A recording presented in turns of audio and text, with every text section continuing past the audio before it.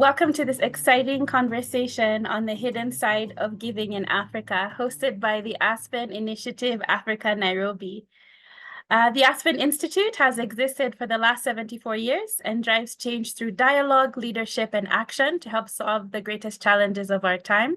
At the Aspen Initiative Africa, we foster enlightened leadership that makes a moral and intellectual contribution to the development of society in Africa and worldwide. My name is Mukui Mbindio from the Africa Initiative Africa Nairobi, and we're so excited to have you all join us for this webinar. I'll go ahead and start with Jacqueline Asimwe of CISSOURCE Africa. Jacqueline is a lawyer, feminist, and social justice activist. She's a chronicler of untold stories of the African generosity and Ubuntu. Jacqueline has nearly 3 decades of experience working with and supporting African civil society. She is the founder and CEO of CISSOURCE Africa, which is a philanthropy support organization that influences philanthropic practice in Africa. CISSOURCE has a grant-making arm called CivFund, which is a cutting-edge feminist fund that resources African civil society to address our time's most pressing social justice issues. Welcome to this webinar, Jacqueline. Next, we have Dr. Bekinkosi Moyo of CAPSI, and he's a director of the Center on African Philanthropy and Social Investment, and an adjunct professor at the University of Witwatersrand Business School. And he is a leading writer on leading issues of African philanthropy, and a prolific author, researcher, and thought leader with a keen interest in questions of African resources, democracy, and governance. He has championed the African discourse on philanthropy, contributed to the growth of many African civil society formations, and taken part in most of the continental processes of development and governance. Before joining the Wits Business School, he was the CEO of Southern Africa Trust and was instrumental in establishing several African institutions. He was a director of programs at Trust Africa and also part of forming the African Union Foundation, becoming one of the founding council members. And he sits on the boards of the International Society of the Third Sector Research and the African Union Foundation, and chairs the IVIO Institute and Association for Research on Civil Society in African Boards. Welcome, Professor Moyo.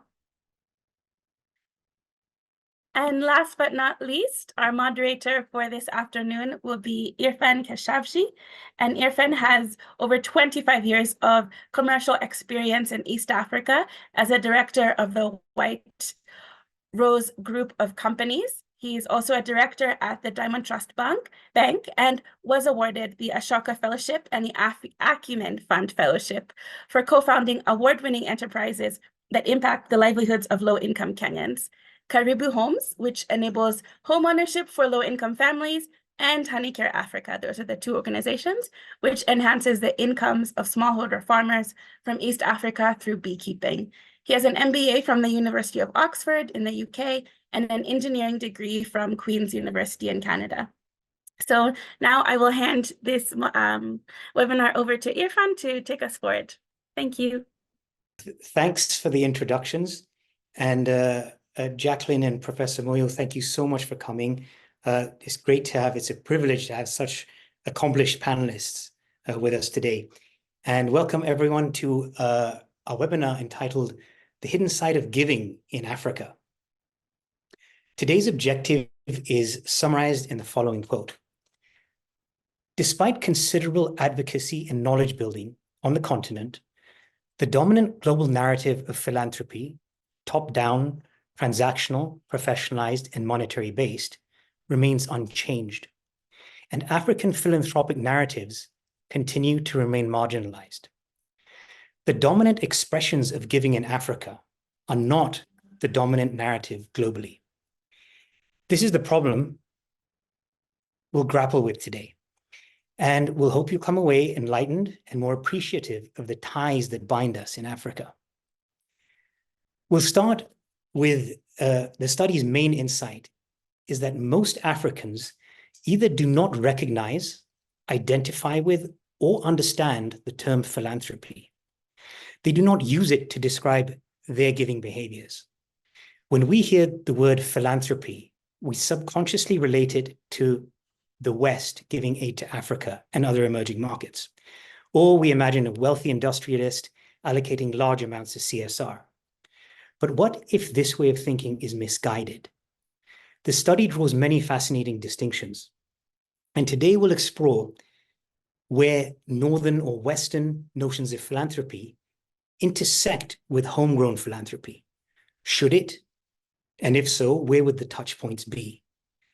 And I think just on that introduction, I thought we'd just open it to the panelists to share their thoughts. And Jacqueline, could we start with you in your thoughts on just the main topic and then introduction?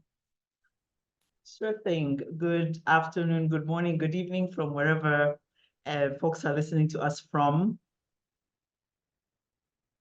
When CivSource started its journey documenting stories of African giving and generosity, one of the things we did, and we're based in Uganda, Kampala, is that we hit the roads of Kampala with a microphone in hand and a recorder and asked everyday Ugandans whether Ugandans were philanthropists. And as you can imagine, no fault of their own, many people stumbled over the word, but also, like you said, like the finding in this report, many people thought who? We asked them to name people they thought were philanthropists, and often it was Western, i.e. white, and often it was male. So it was also interesting that more people know a white male that gives as opposed to any other race or demographic. So that was it. And so we started conversations then around, you know, we had to think ourselves about what other words can we use? What else can we say if we don't use the word philanthropy? Because giving and generosity is part of an everyday experience of an African, right from when they are born. So we started calling it generosity and giving so that people could connect with it.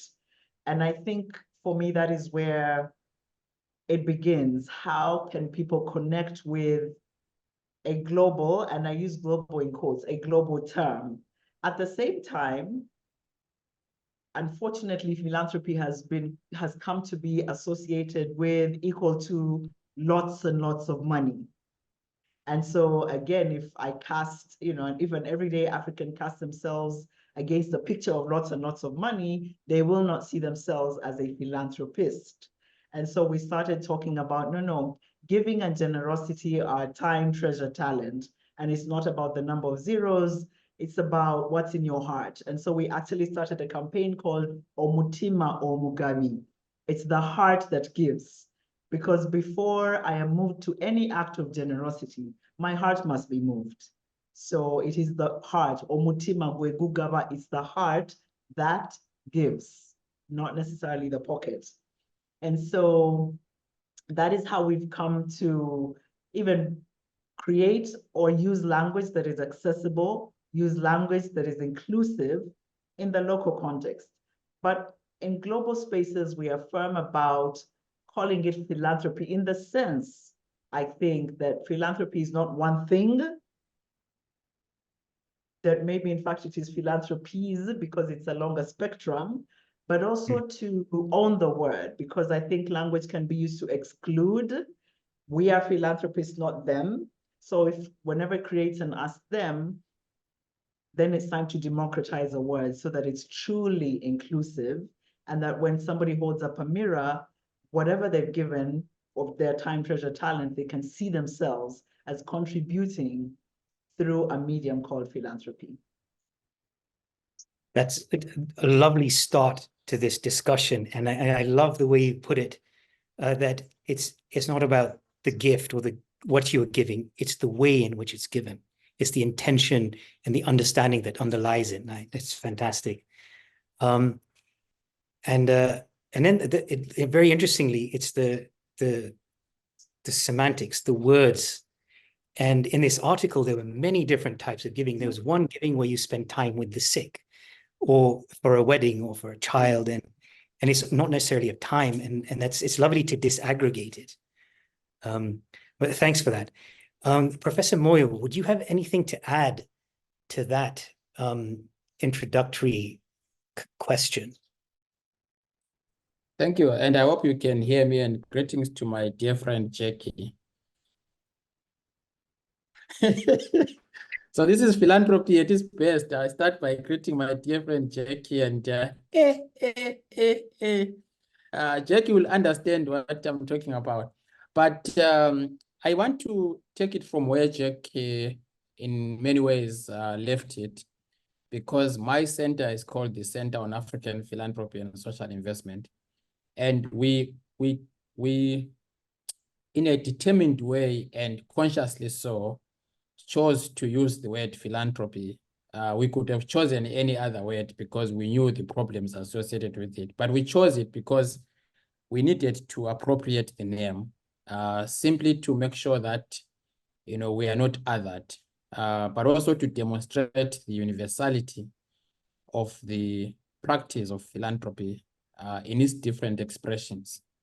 So we wanted to make sure that the hierarchy of philanthropy, as it is currently the case, is something that we deal with, we address from both a practice, but also from a theoretical perspective. And so it's important for us to understand that even though the word philanthropy is problematic, in the politics of philanthropy, it's important to appropriate it and break it down to its, you know, and apply it to different contexts and have definitions of what it means in different contexts. So we actually did that consciously and from a political perspective. But my story is actually a very, for me, it's always something that I refer to, because I actually, and like many others, we were born, raised, and we also going to die being the biggest philanthropists that the world has ever produced. But we never thought it's useful for us to theorize it and write eloquently about it. And so the majority of us practiced philanthropy in the different names and expressions that it is got in our different contexts, but we never called it that. And so my first encounter with philanthropy was very accidental. I was studying community development and, you know, studying some communities along the Zambezi River between Zambia and Zimbabwe. And I happened to present that to an academic platform where a professor from the City University of New York was talking about philanthropy. And I immediately realized that what she was describing was exactly what I was studying, but we were using different names for it. So that was my accidental encounter, because I then asked her, what is this that you are calling philanthropy? Is it a discipline? What does it refer to? And that's how my journey in philanthropy started, because she then said, actually, this is a discipline that we teach. And she invited me to join one of her classes. She runs a fellowship in the US. And so I attended that fellowship way back, more than 20 years ago. And I started realizing that, in fact, this is something that I could study and research for life. And as a result of that, I went back to my supervisor and I insisted on studying philanthropy. And the rest is history. I'm saying that because it's important to understand that philanthropy presents itself in different forms, in different expressions, but it's how we define it which makes relevance to our communities. And so my research background has led me to understanding these interfaces. One of the interfaces is at the level of concepts and conceptualization. And this is where probably the definitions are important. And a book that I did with a colleague, Tade, looked at philanthropy as giving or helping. And we used that to look at the different forms of help, the different forms of giving across the continent. But I can tell you now that we all ended up landing on the same practices and same definitions as the word philanthropy, even though we're using a different concept. So that's the first. At a conceptual level, We can look at the interfaces there, but there will be no difference when it comes to practices, when it comes to expressions, etc. The definitions will still give us the same things. The second is at the level of paradigms. And those of us that have been trying to understand the different expressions of philanthropy, you will be familiar with the paradigm that was developed by the African Grantmakers Network, now the African Philanthropy Network, which looked at 4 paradigms of how to understand philanthropy in Africa. The first was one-to-one. You know, I give to you as an individual. It's one person giving to the other, and you can just understand how philanthropy operates at that level. But that one-to-one could actually be a high net worth individual giving to an institution, or it could be a lay person giving to another lay person, etc., etc. And, you know, you can then try and understand that from the Western perspective of philanthropy. You will also understand that you can have a one-on-one dimension. There's also one-to-many. Again, from one-to-many, you understand that it's one particular donor or individual giving to a collective. And in most cases, when it comes to humanitarian challenges, we all do that. Or it's many to many, right? So this is where we pull our resources together. And in our different African cultures, we actually have a lot of that, and systems and practices, customs, ways many to many. Or it's many to one. Again, these are different dimensions that we can do. So at that paradigm level, we are also able to look at the interface between our own practice and that of philanthropy practice in the West. And finally, is at the level of definitions and expressions. And in our work and that of the center where we teach, we talk of 3 forms of philanthropies. One is African philanthropy. And by African philanthropy, we are referring to that form of philanthropy which is found, practice, originates, and there's a flavor of Africanness, whether it's defined in terms of features, values, etc. You can identify that and say this is African philanthropy. But there's the second level of philanthropy in Africa, which is actually philanthropy in Africa. And philanthropy in Africa is not necessarily African philanthropy. It's actually philanthropy that is existent and operating in Africa. And there you have a combination of international forms of philanthropy, local forms, etc., etc. And then the final is philanthropy with African features. If you go to the other parts of the world, your Brazil, Latin America, North America, Europe, you will find a form of philanthropy that is practiced there.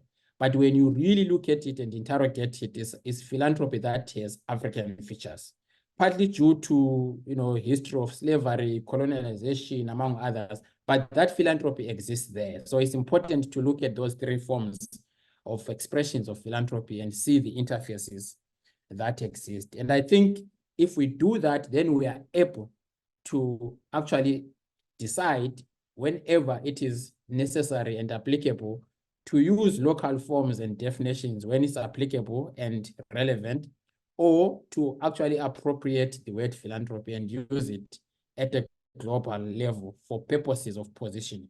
So I just wanted to, come in from that perspective, using the background of my accidental encounter, but also then using that as an opportunity to become an authority, which I'm still working towards in philanthropy. Professor Moyo, thank you so much. It's very useful, especially for me, as I read this paper, to have these categories, the one-to-one, one-to-many, and then the different types of philanthropy, just to understand the whole picture, because it's complicated.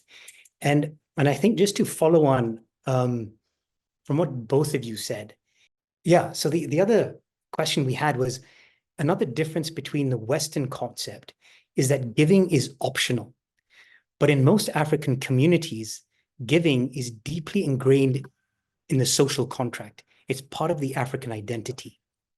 This is tied to reciprocity, an important value in African giving systems. So celebrations of births and weddings, burial pools, labor pooling during harvesting, or to build a community assets are all critical forms. However, the idea that the giver will benefit, directly or indirectly, either in the near or far future, excludes these collective activities from the dominant definition. And I thought, is this a difference between Western and African philanthropy? And interestingly, where would it fit in Professor Moyo's paradigms? So, Irfan, sometimes I have a difficulty, sometimes, with necessarily juxtaposing Western and African ways of giving, because that is to assume that Western giving is only mediated through personal, intention, right? I intend to benefit, I intend to take a tax break, as though there are no forms of communal giving, and vice versa. So sometimes that's my discomfort. I think if we can first agree that, just like to err is human, to give is human. There are things that are a human experience, and then maybe we just do them differently, but they are a human experience. So for me, that is one. But two, to the point that you were making about reciprocity, I think it is deeply embedded for us in our communal ways of living, in Ubuntu. I am because you are because we are, that actually extended even beyond the human giving. So if we go back to the one-to-one, one-to-many, that it also included how we existed or coexisted with our natural space, with nature, with other, things around us that were included in that word community. So it wasn't just the humans, it was the spirits, the ancestors, it was a holistic way of living, and therefore a holistic way of giving. And so that for me is where the reciprocity is embedded in our ethos of Ubuntu. And so and also in at least in cultures in Uganda, it was also that I give now that the generations after me, because what comes back to me may not come back to the person that has given, the person of a same way, but one day my child may benefit, their child, so it's also a sort of giving forward, right? Not just So literally when we say paying it forward, it literally does, and we can trace it generations down the line. So I think it's both, and that it is part and parcel of who we are. And sometimes, yes, it can have its strains, indeed, as the report also mentions, that sometimes you can get constrained because, in a sense, you are required, even when it is really hard, even when you're pressed against the wall, but because of the subtle, and it's not always written, the very subtle social pushback if you do not give. Yes. So you just grow up with the sense, I must, like, it's not optional whatsoever. It may, in these days where more and more we are becoming individualistic, and I have my own bank account, you'll never know what I have. But in villages, we knew Becky has 3 cows. We can all see the 3 cows, right? So if he gives away 1, we'll all see he has only 2. You'll never know how much money I have on my mobile account, right? If I'm going to give through M-Pesa or mobile money. But so it was that sense of not only do we give communally, but it's also that everybody can see the way to the well for all our cows is through Irfan's land. We all see that, we all get it. The way to the forest is through Jackie's land. So in a sense, we could also see what we were giving. So when we build all these firewalls, it might also clash with some parts of that communal giving, but it is still very ingrained in and with us as part of how we are brought up in our homes, in our communities. Thank you. Very, very interesting. So we can't perhaps label in a monolithic manner, the West does this and Africa does this. And yet some parts of this article said in the West, it tends to be from rich to poor. Or in Africa, it's not an option. Whereas because it's part of the social contract. In the West, it is an option. And I want to agree with you that it's a matter of humans. And some people, no matter where you are on the continent or the planet, there's the giving for the joy of giving.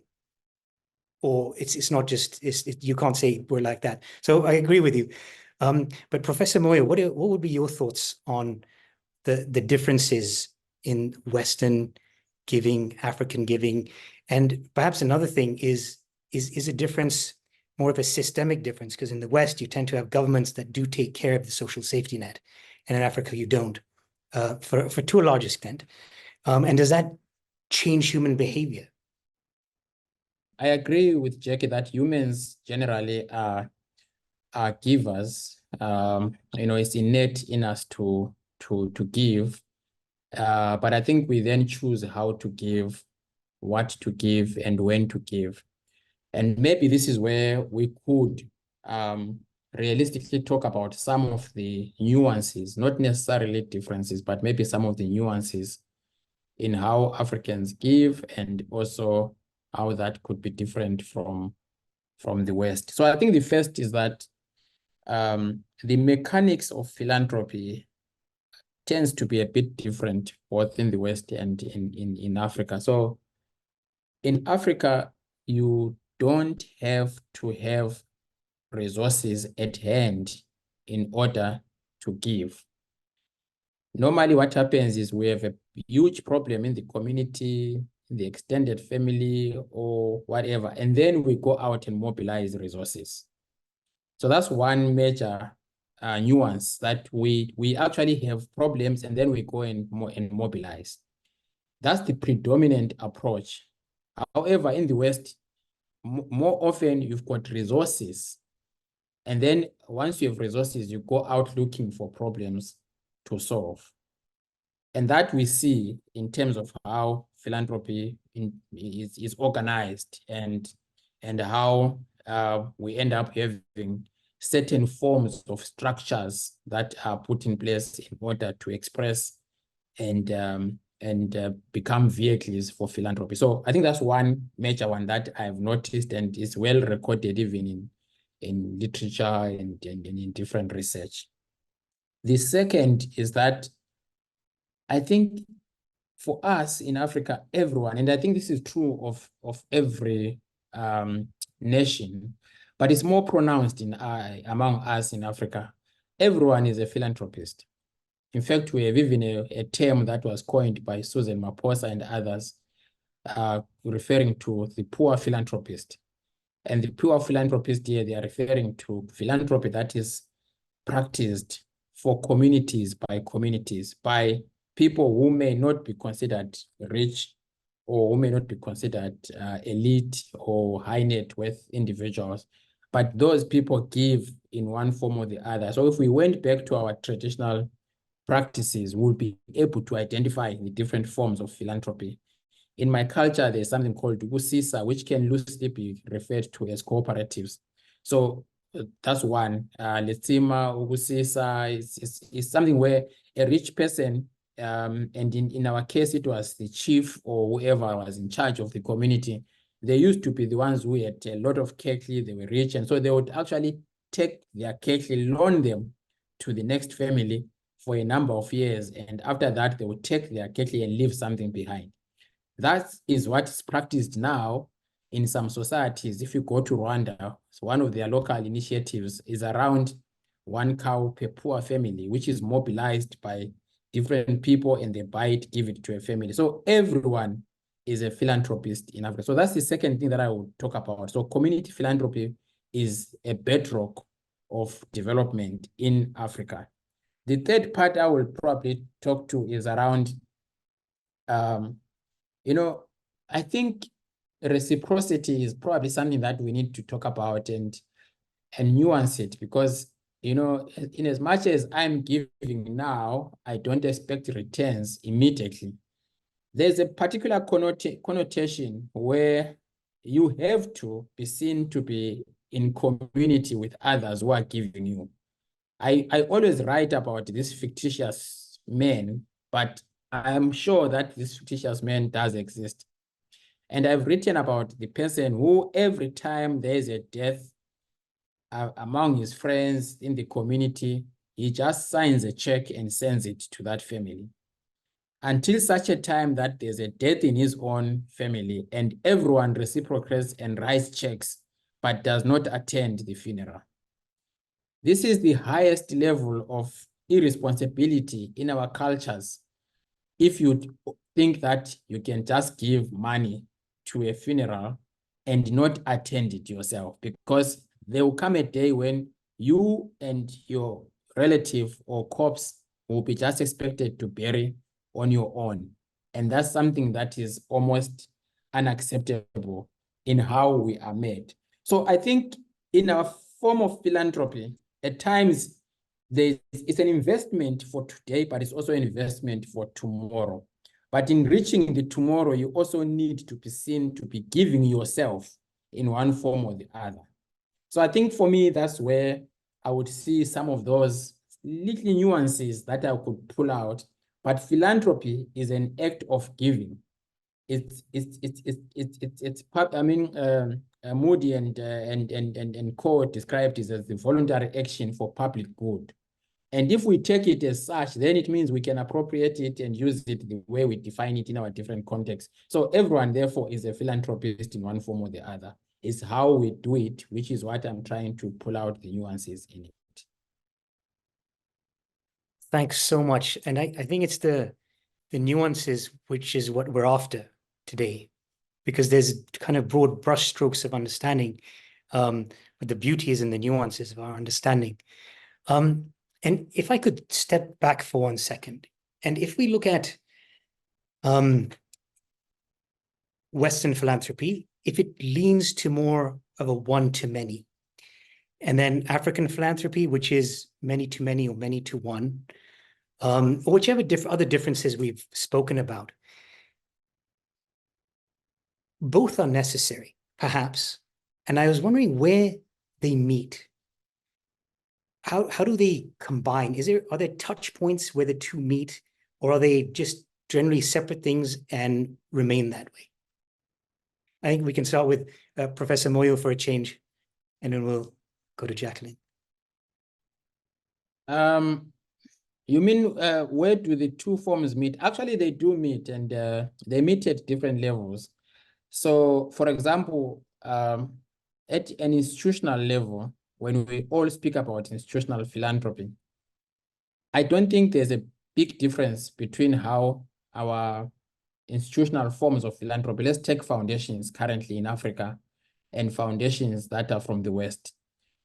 You don't really see much difference in terms of practice, but also in terms of systems and processes that they've put in place.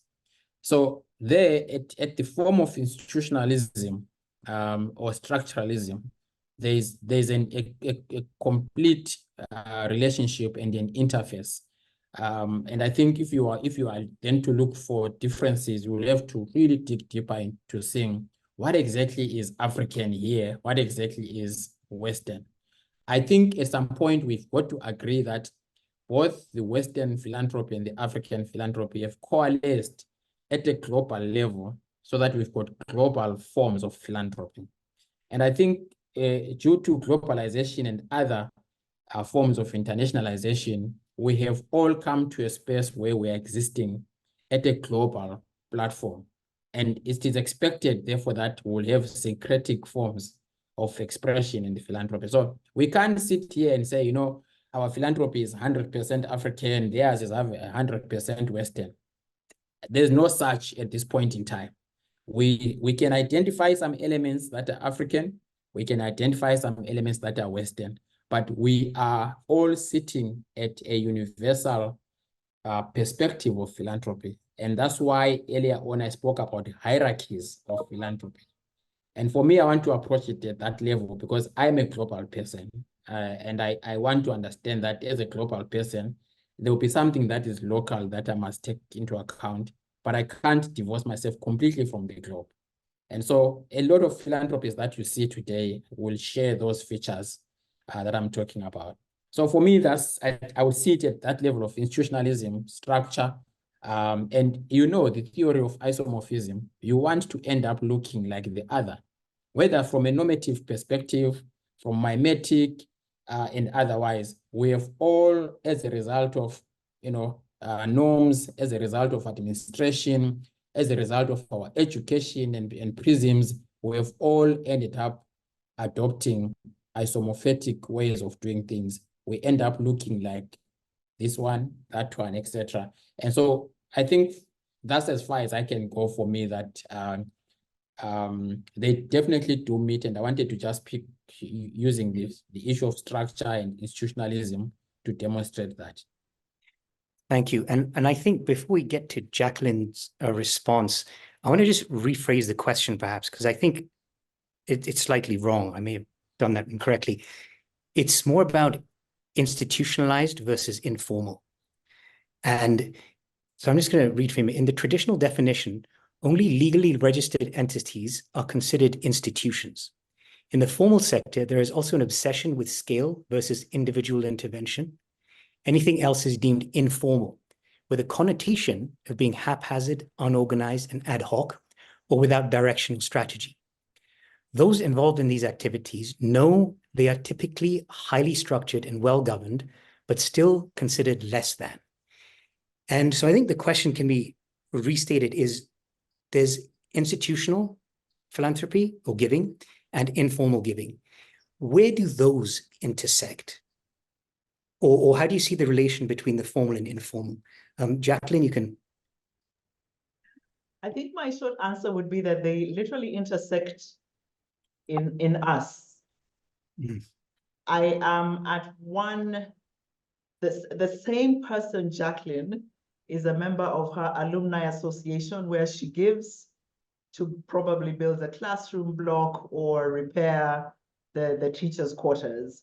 And the same Jacqueline is an informal, passes by, I don't know, a person on the street who needs help and gives that person a ride in the car.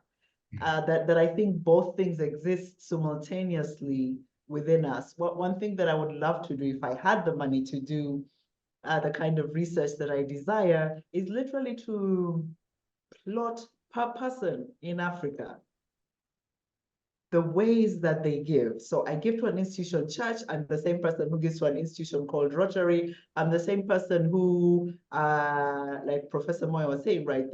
Somebody needs a heart surgery in India. Let's all come together and solve that problem. Or our road needs sweeping, and I've taken myself on a Saturday to go and sweep the road. So I think they all, if we looked at it per individual, I think we can see how there are several concentric circles of giving per individual. And I think maybe if we looked at it that way, I guess there'd be less, because does it matter at this point? Do I say, oh, now I'm giving as an informal, I'm giving informally, so my giving doesn't count. Now I'm giving formally, so this is the one that I don't think when I'm as a giver making those decisions, I am necessarily thinking, this is this is the formal giving I do, this is the informal giving I do. It's the issue is I'm giving and I'm choosing the container through which I will give. And it looks different for different issues, for different communities. It depends on, do I trust Becky when he has a problem, or do I trust and give the money to his mother instead of him, right? So we're always making, I think it's located first and foremost in the person, and then maybe gets translated in what we then see as formal or informal. But then to the hierarchies that Professor Moyo was talking about, when it gets externalized and read through others' eyes, then it becomes, formal is more organized than the informal, which is disorganized. But if we looked at it as the person, am I a disorganized person? Maybe I am, which is, neither here nor there, but that the same thing can exist simultaneously in the persons and communities that are giving. Lovely. Thanks for that. Lovely response. And then, Professor Moyo, do you have anything to add on the formal institutionalized giving versus the informal, more personal giving? Yeah, thanks so much. And I was laughing here because I thought about myself. When I started writing about philanthropy, I used to use these words: formal, informal, indigenous, and everything. And then after a couple of years, I visited my articles and argued against myself, because I realized that whoever has the opportunity to use labels does so, but with a political agenda. So in this case, who is saying African giving, or whatever term they use, is informal? There has to be a reason why it's considered informal by a particular lens.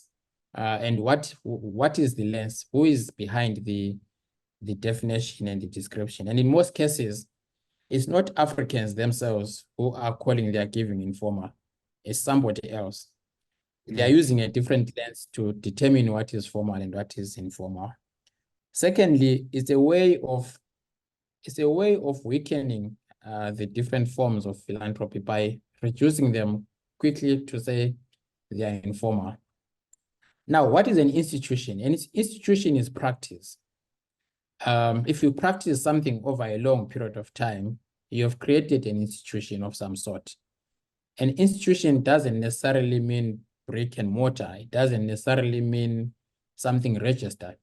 And something formal is not necessarily made formal because of registration. In fact, we know most of our legal frameworks allow us to actually form institutions, even if they are not registered, through a constitution, a memorandum of association. I mean, all those things actually make institutions, and they can continue surviving and operating any other institution that is registered. So formality is not necessarily through registration. So what am I saying? In short, I'm simply saying that when you look at the definitions and reasons behind some of the labels that we give, then you quickly realize that it's got nothing to do with the form of philanthropy, the impact that it will have, or the role that it plays. It's all about politics of creating, those divisions between certain forms of philanthropy and others. Essentially, all philanthropy is an institution. All philanthropy is an institution. Secondly, you can see where they intersect at the level of impact. I give you a quick example. One of our colleagues who works for the Ford Foundation had a father who used to give in what could be called informal, giving from left, right to center. And she ended up herself working for one of the biggest foundations that has got all the systems that are called formal. After many years of working in that foundation, we did a case study of her father, and then asked her that, given where she operates in a formal institution and given her father's ways of giving, if she were to make a choice, which form of giving would she do? And she opted for her father's form of giving, because she could see the impact that it has at a real community level, as opposed to this other formal form of giving that she was involved in. I'm not saying all forms of institutions that are grant making and others don't have impact, but I'm simply trying to give an example of where we could actually see the interface at an impact level. So at an impact level, it doesn't matter whether you've been giving through what is called informal or formal. The impact is really about alleviating the situations or the challenges at that particular level. And we see that happening a lot. And I think that's something we could look at from a developmental question. It doesn't matter whether you are formal or informal. It's actually the outcome, the impact on people's lives that really matters. And we know that you and I are not here today because we were smart or we were independent on our own. There is somebody in our communities who invested in us. Ask any African, billionaire or not, they are not where they are because they were smart alone. There's somebody who gave them something to elevate their work or themselves to where they are today. I'm yet to see somebody who can stand up and say, I have not benefited from philanthropy in my community. I'm yet to find that person. Absolutely. So true. And two trajectories of that conversation. there's an organization, and I'm not sure if you've heard about it, it's called Give Directly. And what they do is they mobilize funds, but it's given basically, it's almost like a universal basic income. And they've experimented in various cities across Africa, but they give it directly to the individual so they can address at a grassroots level the particular needs in an individual level. What are your thoughts of, and it's a relatively new organization. What are your thoughts on a structure like Give Directly, where it's formal and it mobilizes massive funds, but it gives like a universal basic income to every single person in a village, so they can choose how to use it. And at that individual level, it enables them to give this, to have the autonomy to give to specific things on a micro grassroots level that they think are important, rather than it being dictated by where the funds are coming from. Understood, understood. Mm. My quick thought is, isn't that what we do all day, every day? That in a sense, I think part of what underpins philanthropy or generosity is agency, is that ability to choose, whether alone or in concert with others, that ability to choose not just how much, but who, where, how, and that simultaneous forms can be happening at the same time.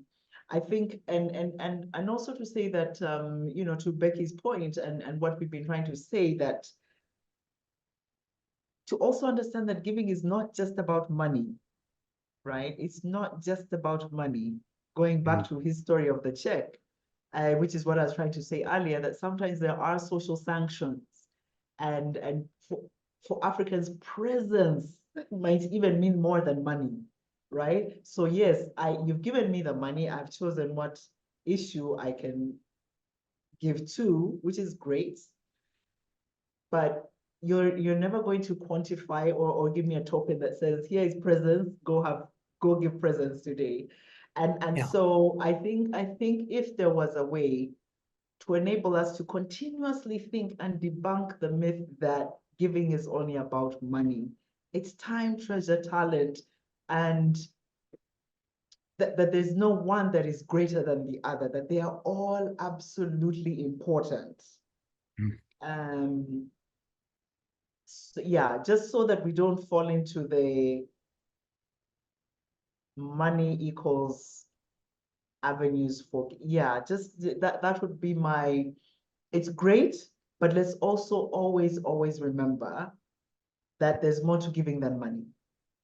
And like I said in the beginning, Omutima Omugab, it's the heart that gives, that yes, you can in fact give me that money. It doesn't mean that you've moved my heart.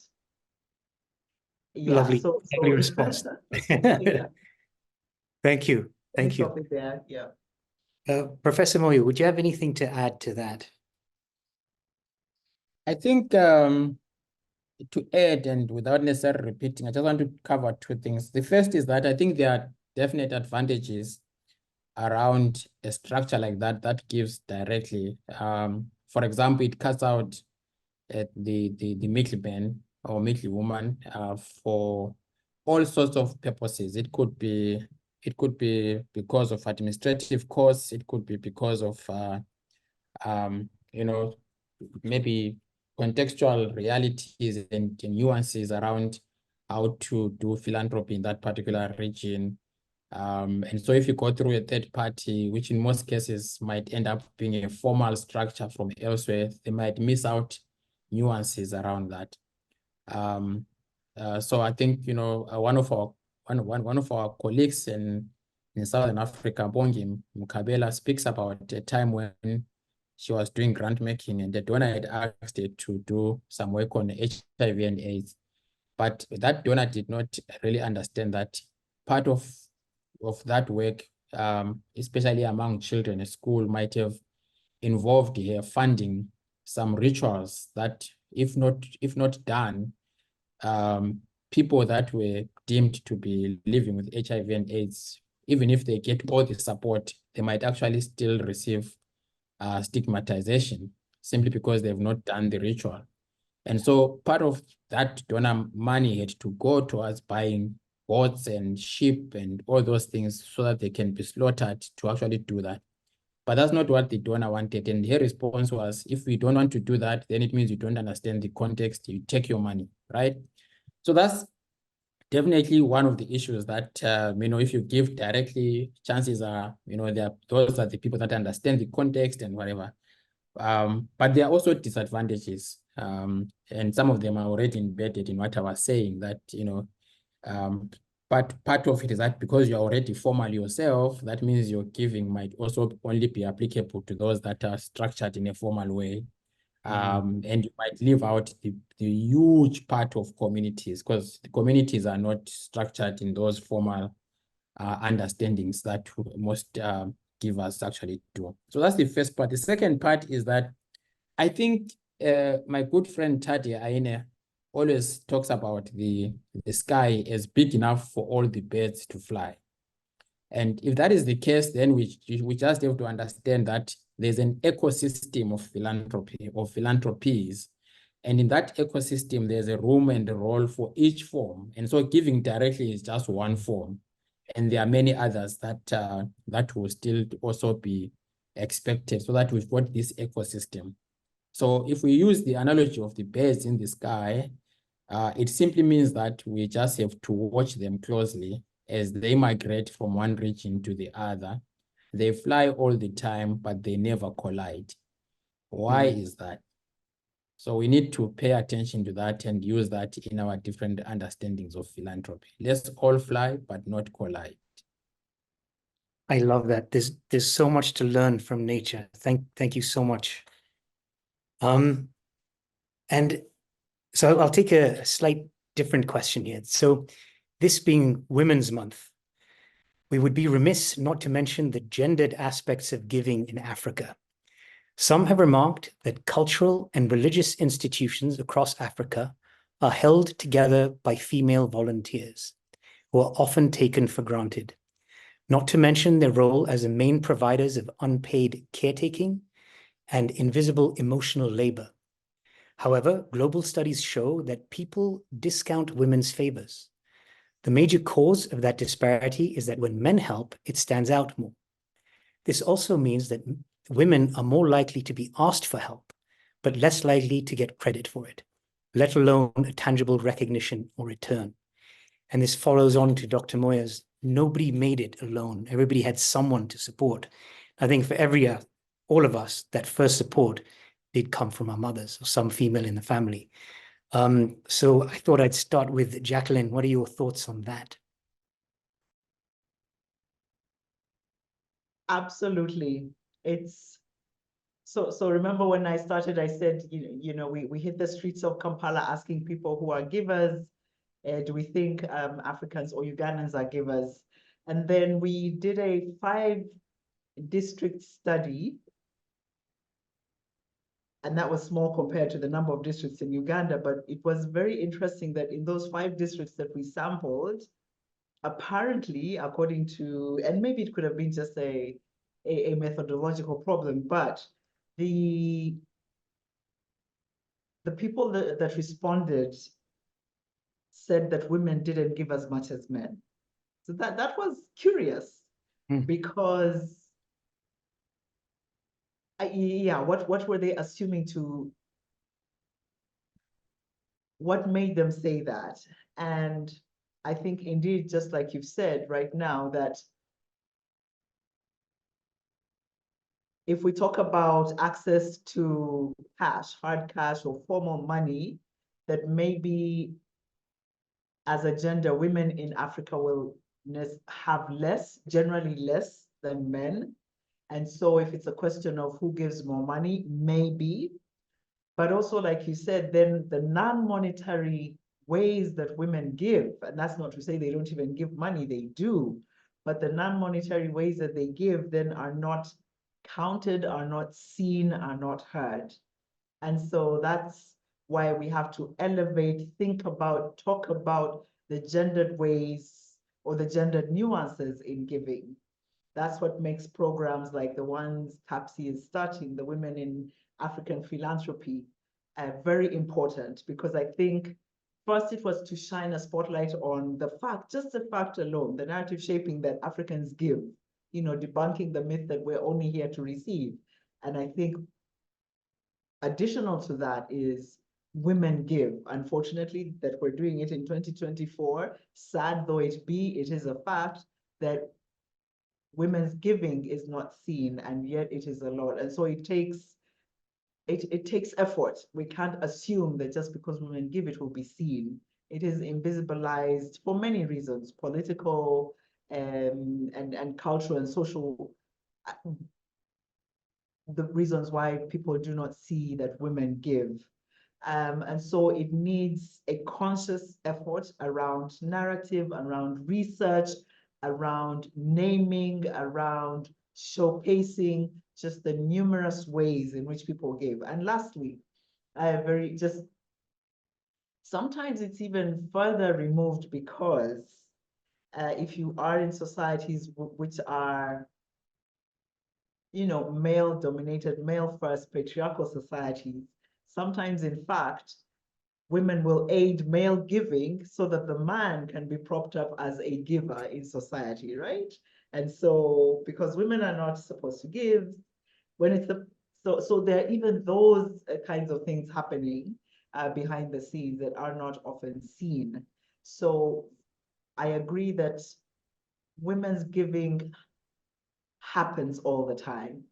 We need to be as deliberate as we were around showcasing, surfacing African giving, to also surface women's giving, and even to go a layer deeper. So one of the things that I love that we've been trying to do as CivSource is also to say, and which women's giving is not even seen.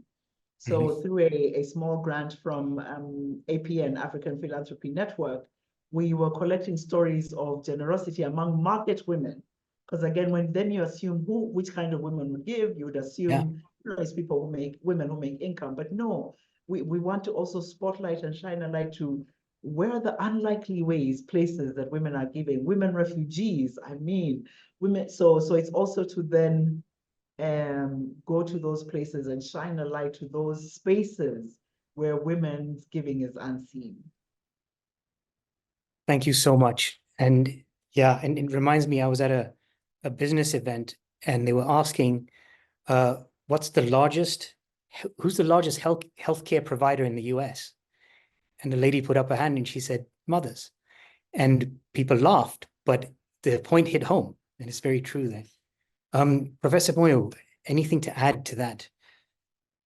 Maybe I can use this opportunity to talk a bit about our initiative, which actually came as a result of one of my colleagues, and I hope she's on attending this convening, Thandi Makubele, who was doing a master's on the role that women played in food security, but from a philanthropic point of view. And as a result of that, she then attended the fellowship that I talked about in CUNY to try and understand the different forms in which women give and they play amazing roles in philanthropy. And so was born the project that we are implementing at CAPSI, partly realizing that even among our own interventions and programs as CAPSI, we did not have something that was a standalone specific to women in philanthropy.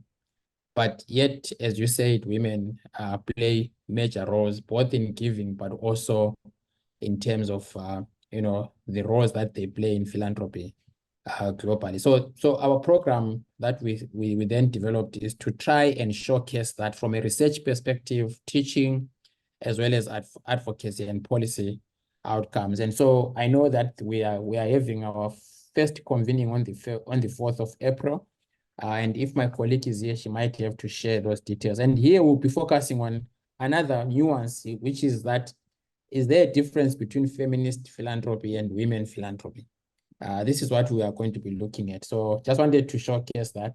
But I also wanted to say that, one of the things that we should pay attention to, and I think this speaks to Jackie's point, is that if you look at most of the philanthropies or the philanthropy that was hidden behind the men, when these rich people divorce, just look at how the women involved actually give their philanthropy. Mackenzie Scott is one of them. Just look at the way in which she has just changed the picture of philanthropy and how giving ought to be organized in just a short space of time. She has given more than big foundations have ever done in their lives, in their lifetime, but she has also given in ways that are so unconditional, so unrestrictive, and it allows organizations to actually grow and do, things effectively. She may have her own challenges and limitations like any other philanthropist, but we can just take that one example and just see the kind of philanthropy that you would have if philanthropy was either feminist or women in character and practice. Lovely. Thank you so much. I think I think people are tired of my questions. So I'm going to start with the Q&A. But I wanted to first say, there's comments here I'm seeing. There is so much wisdom in the room today. And Jacqueline, Professor Moyo, it is really, truly fantastic to hear all these things from, the time, treasure, and talent and understanding. It's not just about money, and your presence means so much, to the paradigms of one-on-one, one-to-many. And then the one thing I'd really love to know more about is African philanthropy, philanthropy in Africa, and philanthropy with African features. One day I would really like to read a book about that, and so many other gems. Thank you so much for that. But I'm going to jump into the Q&A here. And so I haven't gone through them yet. Mukuyi, is there one you think we should start with, or shall I just go from the top? Or Lillian? I'll go from the top. Giving for political issue. What can we call this type of giving practice? This is a question from Martin Paul Sankey. I leave it to you, Jacqueline. You're nodding a lot, so yes, I am, and because we in our research here in Uganda, the issue of I was going to call it political giving by politicians came up. And in the study, that same one where they said women don't really give, they said politician, no, that's not giving. That is the quid pro quo. Give me so that, I'm giving so that you can give me a vote. And they were clear that that isn't, and that was interesting. At the same time, I think that maybe if we don't research it, interrogate it, we might be missing an interesting aspect to generosity.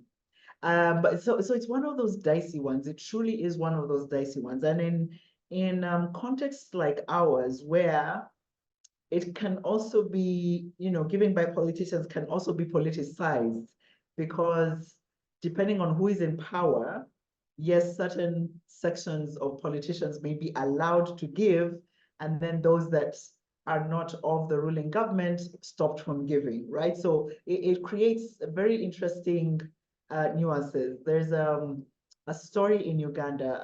I don't know whether to laugh about it or cry about it, but it's one of those where a politician gave an ambulance when they were not voted in. They took back the, so I think that's why communities are like, no, we know why you give, right? You give for there's an end in mind, and that end is usually that you want to be the one in power, amass all this stuff, and then, come back to us after 5 years and repeat the cycle. But that's, if we brush it one way, it's as though then to say that politicians can't be altruistic, that they can't really be connected in and with community, that they don't want their communities to thrive. So I think, and I wonder, and maybe Professor Moyo will tell us, how does one then interrogate that kind of giving, where on the surface it might seem that there's an agenda that is not necessarily tied to community, but is more self, tied to the self. And how do we separate it out so that we don't brush all political giving, or giving by politicians rather, with one stroke? But also, that is then to assume, and I think for me, another interesting study that I'd like to do, that we would love to do, is people that give to politics. So I'm not a politician, but and it happens a lot for young people, for women. In Uganda, for women and young people to stand for political office, they often have to give a fee to the Electoral Commission in order to, it's one of the requirements. But not everybody that wants to stand for political office has the financial means. And so there's often fundraisings by these people who stand for politics, and they fundraise from everyday people. So I think there's that other side of giving for politics, or giving, yes, that there are people that are passionate about certain causes, passionate about certain candidates, and therefore are giving to advance causes, advance candidates, advance democracy, advance whatever it is they want to advance. So I think it's both and. It would be an interesting subject to interrogate. Great. Thank you so much for that. And before we go to Professor Moyo on this, there's another question related to politics. I'm going to add that from an anonymous attendee. I would like to understand where we draw the line, given that African politicians are using giving to hold their electorate hostage, or as a quid pro quo, to entrench themselves. Further, it has enabled corruption to thrive because giving is used as a justification to raid treasuries of countries. So that whole question, and your thoughts, Professor Moyo. Thank you. And I would just, add to what Jackie was saying, because I thought she was already responding to this. But, so let me first speak to the politicians and how they behave, because it's important to contextualize them. Whether they end up raiding the treasury or other, it's a different story. Generally, politicians want to be seen to be doing something for their communities. And that's at the heart of our problems, because we then don't see that for them to be relevant to their communities, they must be doing something for their communities. They end up, of course, getting involved in corruption and all of that. But at the heart of it is, I am elected by this community. I must first and foremost do something for them. So that is a segue for me to saying, I think we need to distinguish between and among the following. Giving by politicians. So politicians can give back to their community for purposes of being returned back to their office and holding electorate ransom, whatever you call it. And of course, where they get their money, some of them, fundraise, they mobilize, some of them are corrupt, but they do that in order to do that. And that can essentially be seen as bribery, if you wish, right? But there's also giving to politicians, which is what Jackie was saying. I mean, we give to politicians either to aid their campaign or to support their foundations, etc., etc. So that's the form of philanthropy that is there. And some of those foundations are doing good work. Others may not be doing that. I think that's easy to look at that. But the big question for me is, philanthropy and giving by nature is political. You give because you want to change a status quo in one form or the other. And some of that might require political economy questions and mechanisms that you have to destroy the current status quo. You look at the history of philanthropy. Northern-based philanthropies operating in Africa in the 1950s, 60s, 70s, they were not just giving for purposes of altruism. They were giving because on the one hand, they wanted to entrench a particular form of democracy, which was a US form of democracy, but to make sure that communism and socialism from Russia does not get entrenched in Africa. Look at that history and look at all the foundations that operated at that time. They were, in one form or the other, implementing a particular form of philanthropy, which was earmarked, but also defined by, for example, the State Department, etc., etc. So philanthropy by its nature is very political. Today, as we speak, we must interrogate philanthropy. What are the political economic questions around philanthropy? When we give, why are we giving? What is the political agenda? What is the politics of giving? look at our different countries and how philanthropy from the perspective of public policy making, how we are actually affecting and effecting certain political changes in our countries through philanthropy by supporting advocacy groups, by supporting research institutions, etc., etc.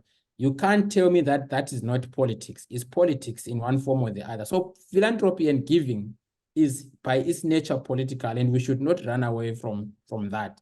But we can distinguish the politics of philanthropy from the actions of politicians. For example, I think in East Africa, in Kenya in particular, there's a concept of Harambee, which was actually a very good concept of pulling resources together.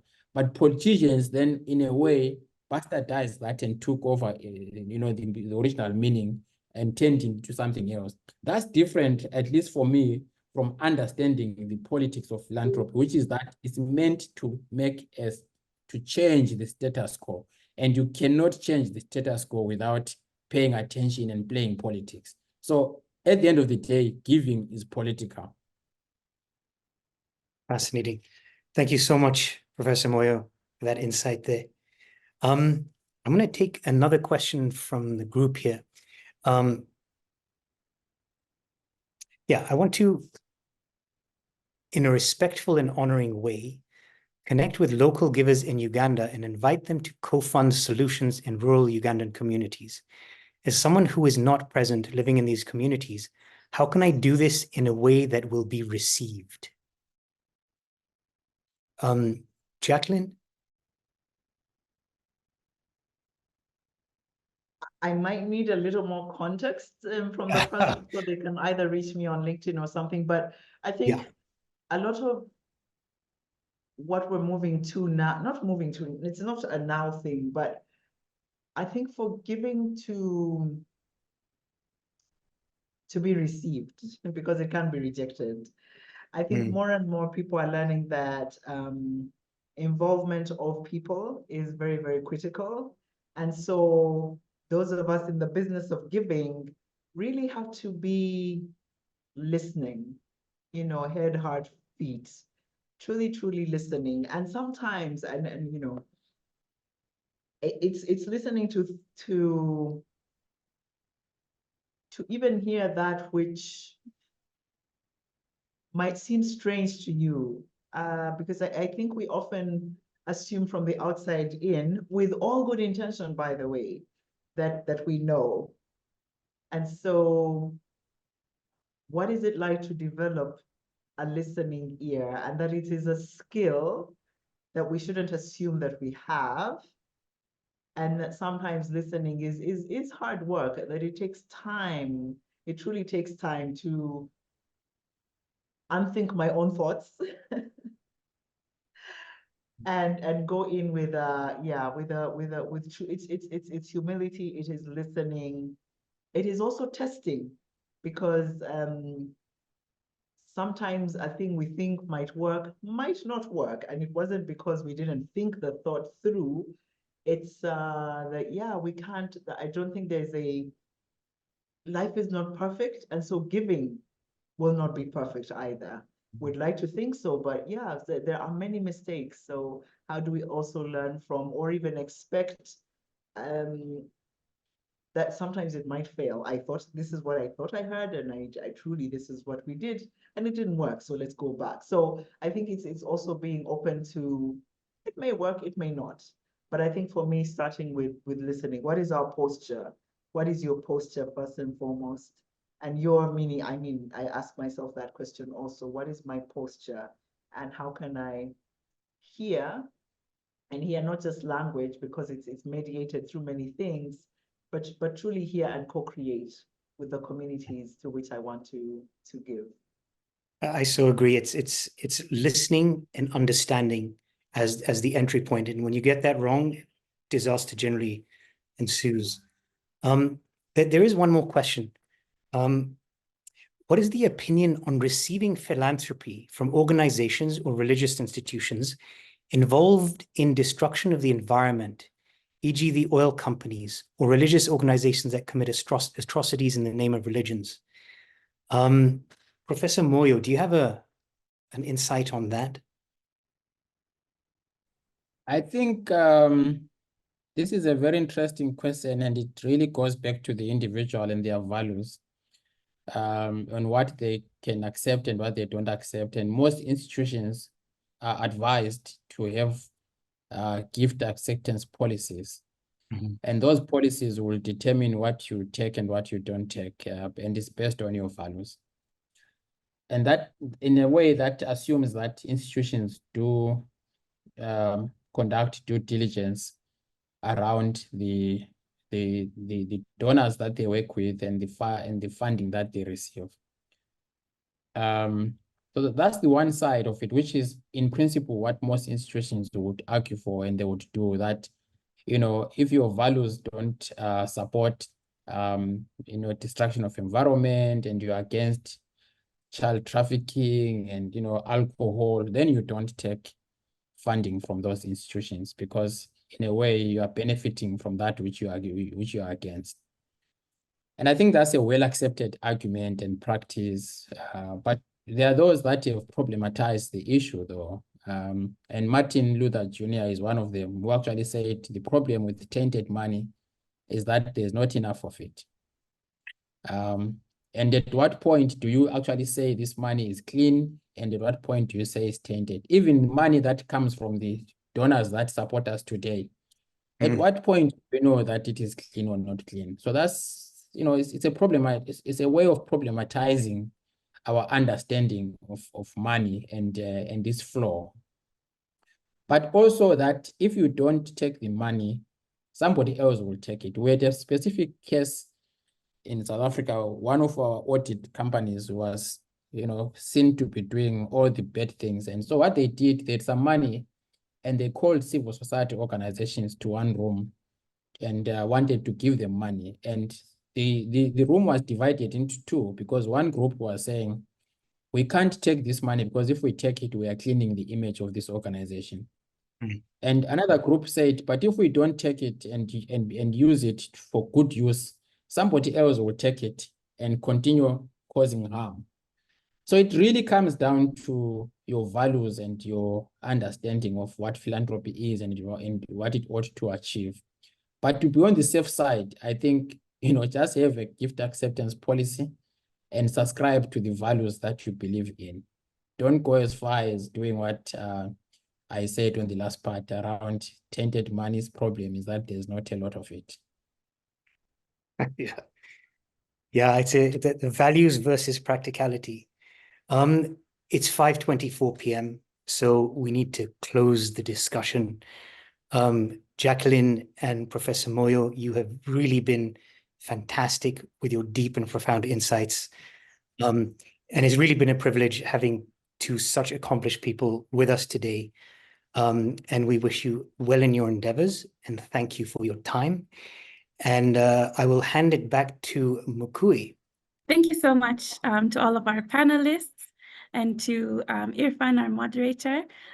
This was a really insightful session. And thank you so much to all our attendees for taking the time to learn more about how giving works in Africa. We hope that we've given you new insights to have more thought-provoking discussions.